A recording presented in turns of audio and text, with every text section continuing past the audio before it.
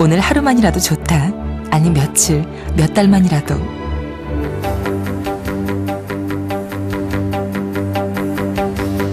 노조는 조합원들의 밀린 임금도 받아주었다.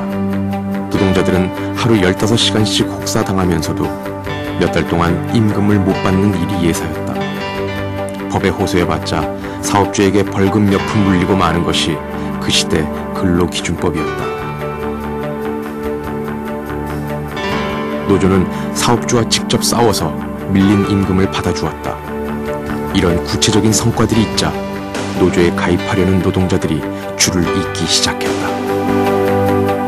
우리가 계속 쫓아다니고 불러오다가 막 싸우고 이래가지고 받아주니까 그때서 이제 그 월급을 못 받았던 사람들이 받으면서부터 노조는 정말 필요하다. 그렇게 해서 조합원들, 진정한 조합원들을 우리가 그때부터 만들기 시작했죠. 진정한 조합원들의 힘이 모이자 노조는 임금 인상 투쟁에 들어갔다. 이때 노동자들은 처음으로 파업을 감행하며 회사와 맞서 싸웠고 마침내 77년 5월 노사 간 첫 임금 협정이 체결됐다.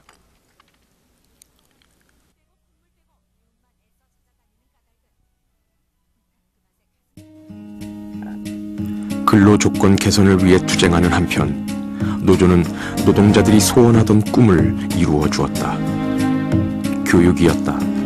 특히 10대의 어린 여공들은 가난한 부모 형제를 먹여 살리기 위해 초등학교만 겨우 마치고 공장 일에 뛰어든 처지였다. 노조는 72년 5월 노동교실을 열어 노동자들에게 배움의 기회를 열어주었다. 대학생과 지식인들이 무료로 강의에 나섰고 노동자들은 직업훈련과 기초학문에 대한 교육을 함께 받을 수 있었다.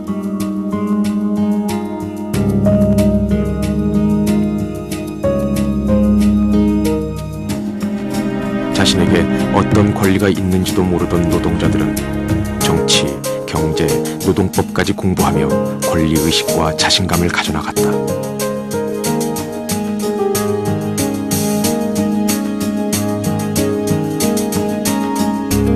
노동교실의 실장을 맡고 있던 이소선은 노동교실을 찾는 노동자들에게 어머니의 체온을 느끼게 해주었다. 가면 사람을 만날 수가 있고 선배들도 만날 수 있고 후배들도 만날 수 있고 또 뭐 좋은 선생님들도 있어서 좋은 얘기도 들을 수도 있고 그 다음에 이제 그 가서 이제 공부도 할 수도 있고 뭐 이랬던 공간이죠. 그러니까 우리로서는 굉장히 어떤 그 하나의 그 요람이라고 할까 이런 그 푸근한 공간. 그 다음에 거기 가면 항상 어머니가 이게 딱 버티고 계셔가지고 그 사람들을 이렇게 이 직장에 가면 알아주지도 않는 이 시다나 이런 사람들이 뭐 별로 존재도 없는 사람들 아니에요.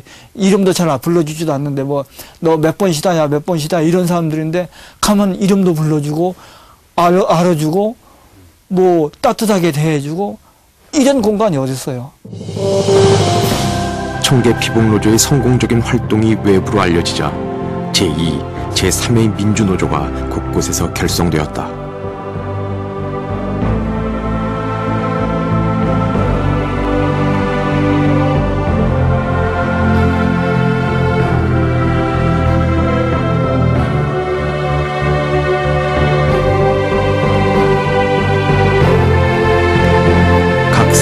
노조원들은 노동교실로 찾아와 노조 운영의 방법과 이념을 배웠고 우리도 할 수 있다는 자신감을 얻었다.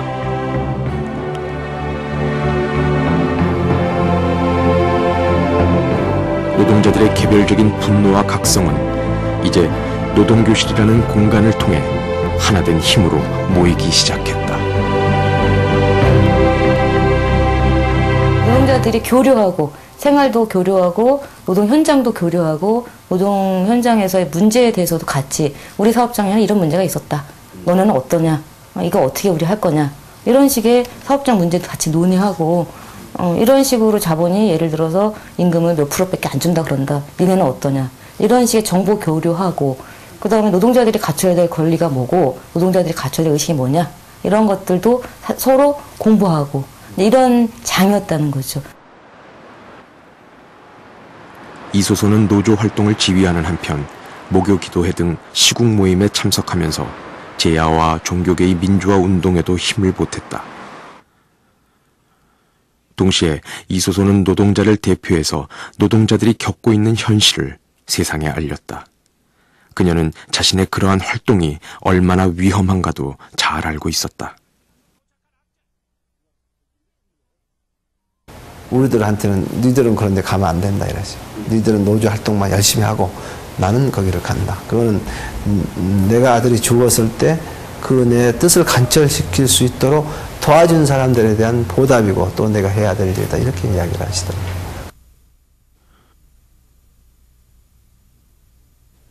이소선은 노동자들의 투쟁이 있는 곳이면 그 현장이 어디든 찾아가서 싸우는 노동자들과 함께 했고 싸워 이기는 법을 가르쳤다.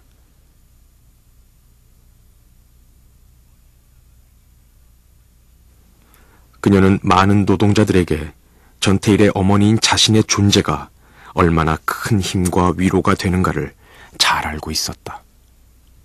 근데 그 엄마가 한 번씩 내려오셔가지고 한 번씩 그냥 막 심도 뿌는 얘기하고 나면 그래 맞아 난 할 수 있어 난 해낼 수 있어 하는 내 스스로가 막 자신감이 이제 갖게 되는 거죠.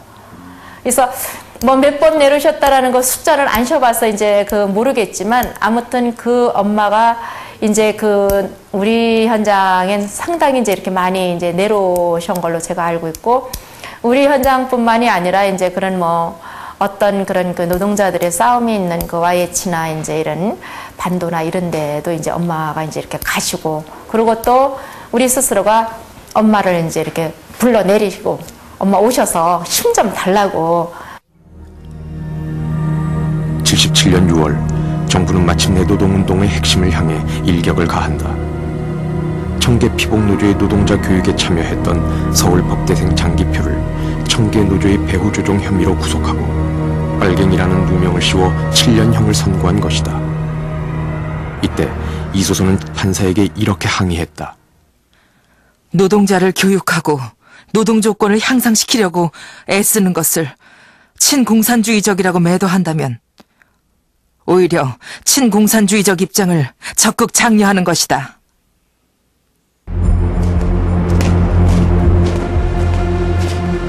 정부의 두 번째 표적은 이소선이었다. 이소선의 법정 항의 사건은 잡아들일 구실만 찾고 있던 당국에 기회를 제공해준 셈이었다. 재판이 있은 지 일주일 뒤 무장한 경찰 100여 명이 이소선이 살던 동네로 들이닥쳤고 여간잡을 잡겠다며 이소선을 체포해갔다.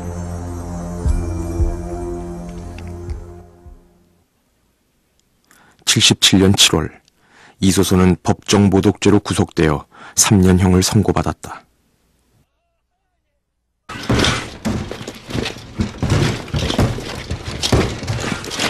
이소선을 구속시킨 당국은 다음 차례로 노동교실의 문을 닫아버렸다.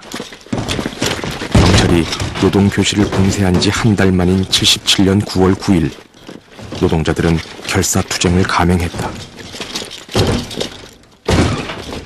가장 소중했던 어머니와 노동교실을 모두 뺏겨버린 노동자들의 절망과 분노는 이미 걷잡을 수 없는 상태였다. 우리가 미신이나 재단 같은 거 배울 때 썼던 거 그리고 공부할 때 썼던 책들 전부 꺼내가지고 한 데다 모아놓고